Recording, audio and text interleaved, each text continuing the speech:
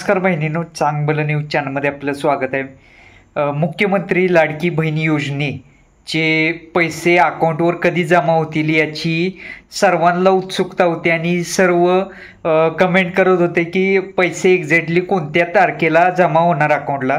तर पैसे हे अकाउंटला जमा व्हायला सुरुवात झालेली आहे आणि आज जवळपास सायंकाळी 7 वाजल्यापासून पैसे अकाउंटवर जमा झालेले आहेत। महिलांच्या त्यांच्या अकाउंटला पैसे जमा झालेले नाहीत, तर ते 15, 16 आणि 17 या तारखेपर्यंत त्यांच्या अकाउंटवर जमा होतील। महाराष्ट्र राज्यातील बरेच जिल्ह्यांमध्ये हे पैसे जमा होत आहे DBTद्वारे आणि बऱ्याच जणांना मेसेज बँकेचे आलेला आहे।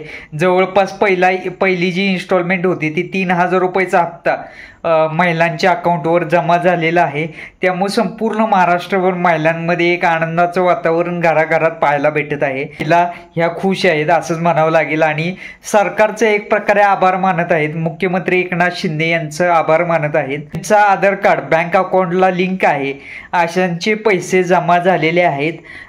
तर आपल्याला काही प्रश्न असतील तर कमेंट करून नक्कीच सांगा आणि काही प्रूफ या व्हिडिओमध्ये देत आहोत, म्हणजे आपल्याला कळेल की खरंच पैसे जमा झालेले आहेत।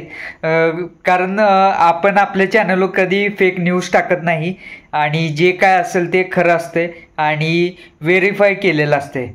तर व्हिडिओ आवडल्यास व्हिडिओ लाईक करा आणि आपल्या मैत्रिणींपर्यंत शेअर करायला विसरू नका। धन्यवाद।